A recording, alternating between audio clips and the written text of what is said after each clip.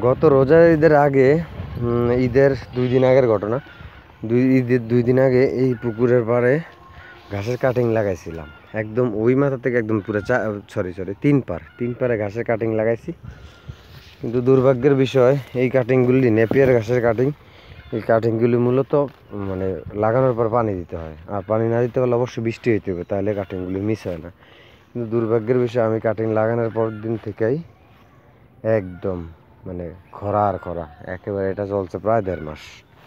কোরবান ঈদের পরে কিন্তু আর হয়নি, রোজার ঈদের পরে কিন্তু আর বৃষ্টি হয়নি দীর্ঘদিন। আমার ঘাসের কাটিংগুলি সব নষ্ট হয়ে গেছে, এই জন্য এখন আবার নতুন লোক নিয়ে ঘাসের কাটিং লাগাইছি। পুকুর পরিষ্কার করতেছি। পুকুরের পার, এই পাড়ের থেকে শুরু করে ওই নিচ পর্যন্ত ঘাসের কাটিং লাগানো হবে। আর এই ভিতরের সাইডটাতে হচ্ছে এই দিক থেকে শুরু করে ওই যতটুকু পর্যন্ত পানি উঠবে ওই পর্যন্ত ঘাসের কাটিং লাগানো হবে।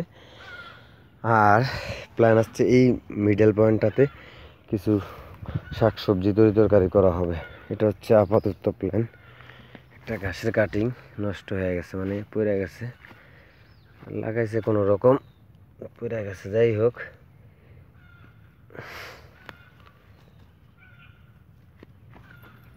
তো বিষয়টা হচ্ছে যে একটা প্ল্যান আছে এখানে সুন্দরভাবে সাজানোর জন্য। যেমন এই যে ঘাসের কাটিংগুলি লাগাইছিলাম রোজার ঈদে, এই কাটিংগুলো কিছু টিকছে, অল্প কিছু টিকছে। মানে একটা কাটিং, এগুলি কিন্তু মাত্র লাগাইলাম, মাত্র গত পরশু দিন লাগাইছি। এই ঘাসের কাটিং, ওই কাটিং, এই কাটিং, এগুলি অসংখ্য কাটিং আছে লাগাইছে। আর এগুলি হচ্ছে রোজার ঈদে লাগাইছিলাম, অল্প কিছু টিকছে ওইগুলি। এই যে এগুলি পুরনো লাগানো, এগুলিও আগের লাগানো। এই যে অনেক বড় হয়ে গেছে। এতদিন ঘাস হয়ে যেত, কিন্তু দুর্ভাগ্যের বিষয়ে খরা হয় না, আর আমার বৃষ্টি হয় নাই, আর আমার পানি দেওয়ার সময় হয় নাই। এই কারণে মূলত টিকে নাই। এই যেগুলি টিকছে ওইগুলি কিন্তু একবারে মোটামুটি বেশ সাইজের হয়ে গেছে। এখন মূল বিষয়টা হচ্ছে যে এগুলো হচ্ছে নেপিয়ার ঘাস, এগুলি কাটিং লাগালেই হয়। আর এই ঘাসগুলির একটা সুবিধা হচ্ছে, এগুলি একবার লাগাইলে বছরের পর বছর খাওয়ানো যাবে। তবে শুধুমাত্র পানি হচ্ছে ভয়, পানি আসলে ঘাস শেষ, গোড়ায় পানি পেলো। তো এটা তো পুকুরের পার, এখানে পানি আসার সম্ভাবনা নাই, উঠলেও কম উঠবে, অল্প একটু উঠবে। তো এই পুকুরটা হচ্ছে আমার লিজ নেওয়া, 3 বছরের মেয়াদ, 3 বছরের মেয়াদের লিজ নেওয়া। পুকুরে মাছও ফেলাইছি। তো 3 বছরের মেয়াদে নেওয়া, 3 বছর চিন্তা করলাম যে এখানে পারগুলি খালি রেখে লাভ নাই, কিছু তরকারি করবো, শাকসবজি করবো, আর করবো কি বলে এই ঘাস লাগামো। যে তোমার গরু আছে, গরু ঘাস খাইব, আর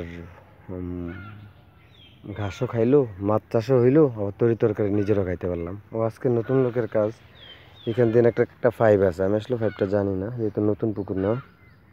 এই যে পাইপ দিয়া, পাইপের ভিতরে জাল দিছে, পাইপের ভিতরে জাল দিছে, আবার এই টোটাল কাজগুলি করছে, একদম পরিষ্কার করে ফেলছে যাতে গাছ লাগানো যায়।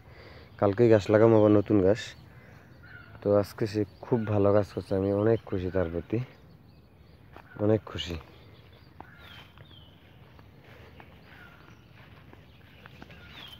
এই যে আগের ঘাসের কাটিং, রোজার ঈদে যেগুলি লাগাইছিলাম বেশ বড় হয়েছে, ভালো হয়েছে, কিন্তু বাকিগুলি টিকে নেই। প্রত্যেকটা জায়গায় লাগাইছিলাম, কিন্তু বাকিগুলি টিকে নেই। যেমন আগের কিছু ঘাসের কাটিং আছে যেগুলি টিকে নেই, একদম নষ্ট হয়ে গেছে। এই যে ঘাসের কাটিং আগের শুকায় গেছে, এটা টিকে নেই। আবার এই যে ঘাসের কাটিং শুকায় গেছে, টিকে নেই। এরকম অসংখ্য ঘাসের কাটিং আছে যেগুলি টিকে নেই, খরার কারণে টিকে নেই, অতিরিক্ত খরার কারণে এগুলি টিকে নেই। আর বাকি যেগুলি টিকছে এগুলি মোটামুটি হয়েছে।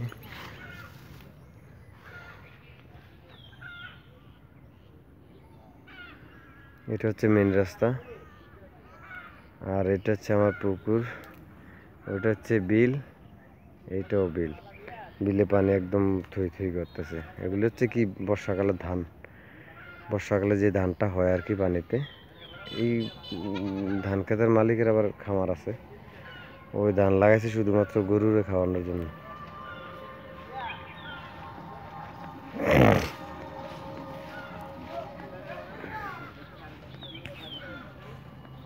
কাকি ছাগল পালে, কত 5-7টা ছাগল ওনার, বুড়া মানুষ। ছাগল পালে জীবন কাটায়।